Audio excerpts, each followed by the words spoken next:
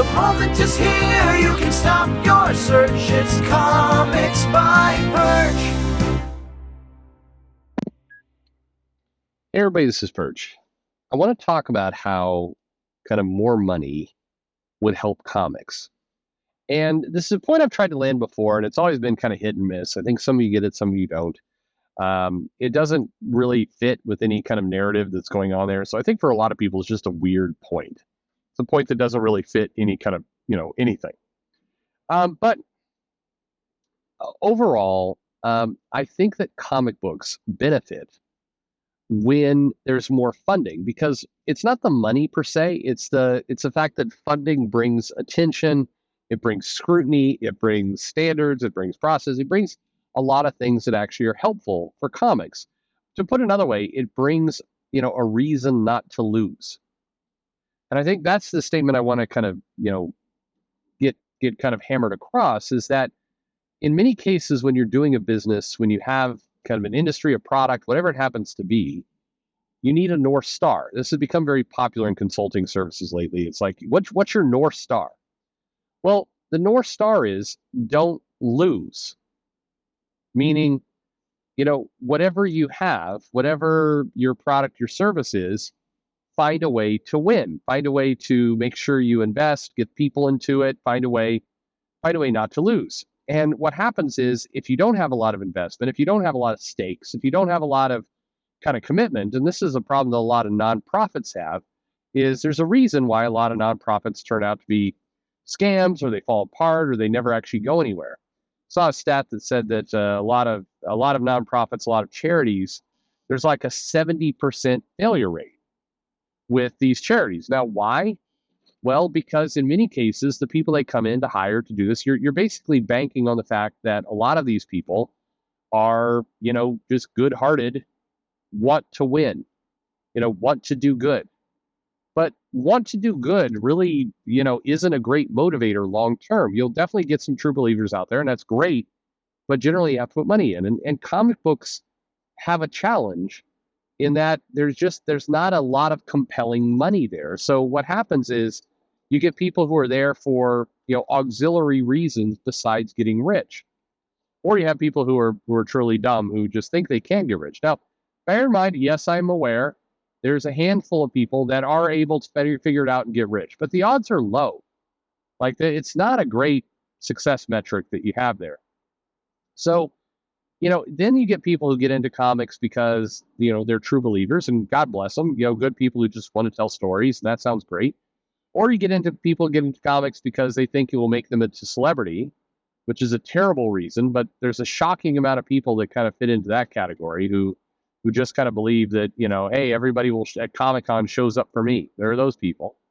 And you get people who are there because, it's just kind of the talent they fell into, and a lot of their friends work there, and it just kind of works for them, and that's fine. But you get all these kind of auxiliary reasons where if you had more money in the picture, you likely would get to a better spot. So that's the challenge you have with comics at the moment.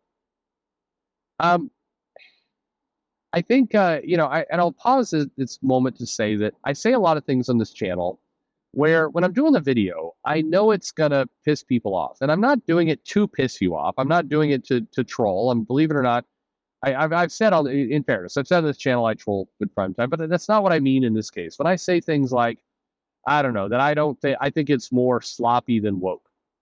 The goal is not to get everybody all hacked off and get a bunch of people, angry and frothing at the mouth. And that's not my desire. I could really give a shit whether, 5% of the people or 50% of the people listen to that and argue or disagree with it. It's a way of looking at things. I'm giving you kind of my honest viewpoint of what I think I see.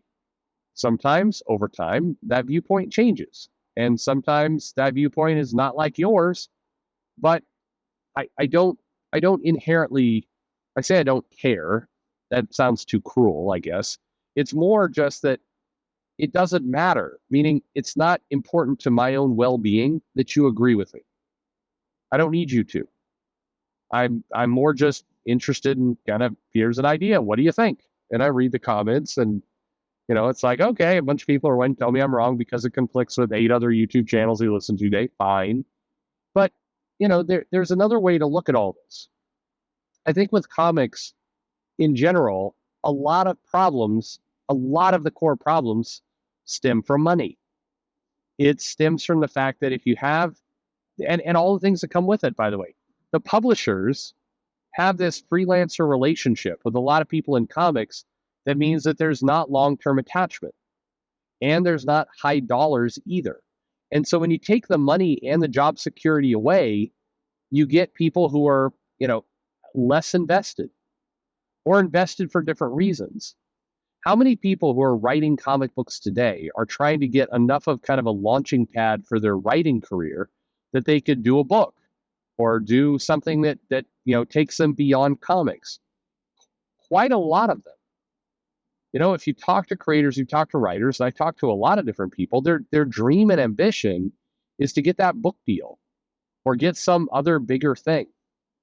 There's very few people who are out there saying, I'm going to grow this market to be so big that I'm going to make millions of dollars writing comic books. And that's, by the way, I don't blame them for not thinking that, because they're not the publisher. They don't have that power.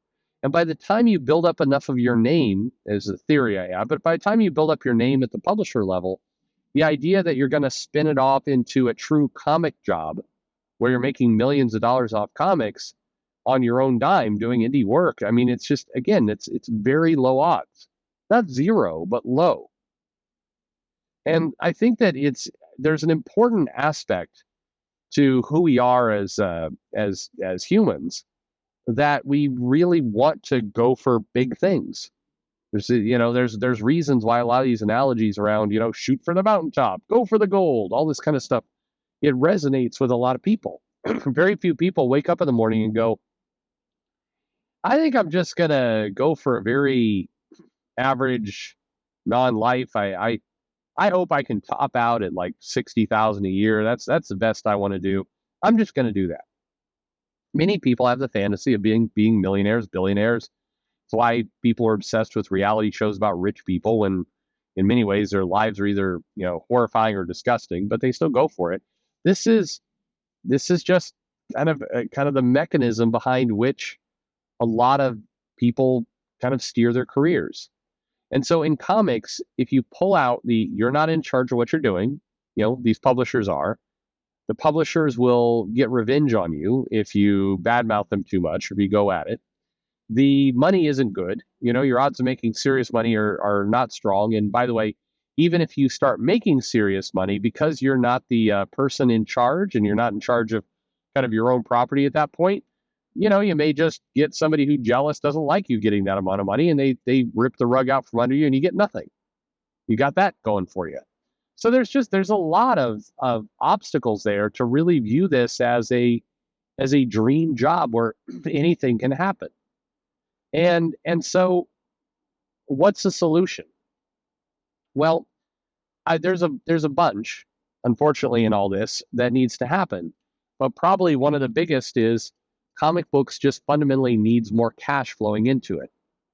And in order to get more cash flowing into it, that's not going to come from the publishers. It's going to need to happen on the independent level. It's going to need to happen direct to creator, which means that a framework or an infrastructure needs to get built up to allow the independents to take part in a bigger bounty of money. And that was kind of the promise that Image originally made, but Image has tapped out. It's hit a ceiling for itself in terms of what it can do. So that's why a lot of creators are looking around like, whoa, is it Comixology? Is it Substack? Is it where am I going to get the money? And it keeps heading into a dead end. And the reason it keeps heading into a dead end is, quite frankly, because a lot of the comic publishers, the people coming up with the ideas, are former employees of older publishers. So there's not really a lot of new ideas circulating. It's the same old ideas going over and over, where the business model is like, well, we'll keep 1% more of the pie. Like even this, what is it, distillery, that one. If you look at kind of what they're up to, that whole product is really kind of geared around, hey, we'll let the creators keep more of the cash, more of the rights, but there's nothing really growing that pie. It's more just, hey, we'll allow you to keep more, if there is more, I hope there's more. Hey, we're going to do some NFTs, and that's not a true business model. That's just kind of tweaking the numbers around to hopefully attract some people who make a little bit more. But everybody's chasing for the same 3 or 4 tastemakers in comics on the writing level. That's not a winning strategy. That's a status quo strategy. What Mark Miller did in terms of selling the company to Netflix and then doing some of what he's doing, that's a divergent strategy. That's a different, newer strategy. That's a good one. What are the other 8? Because there are not 8 other Netflix out there. Well, technically there's like 50 other Netflix out there, but they're not as popular. But there's not more, roads there. So what are the other big things? Whatever they are, it has to start in and be centered in truly getting money for content, not just going to some sucker and raising $1 billion and then handing that money out to random people. It's got to truly have a financial component to it. That's what's necessary. Anyway, lots of things you might want to change in comics. You got to get the money.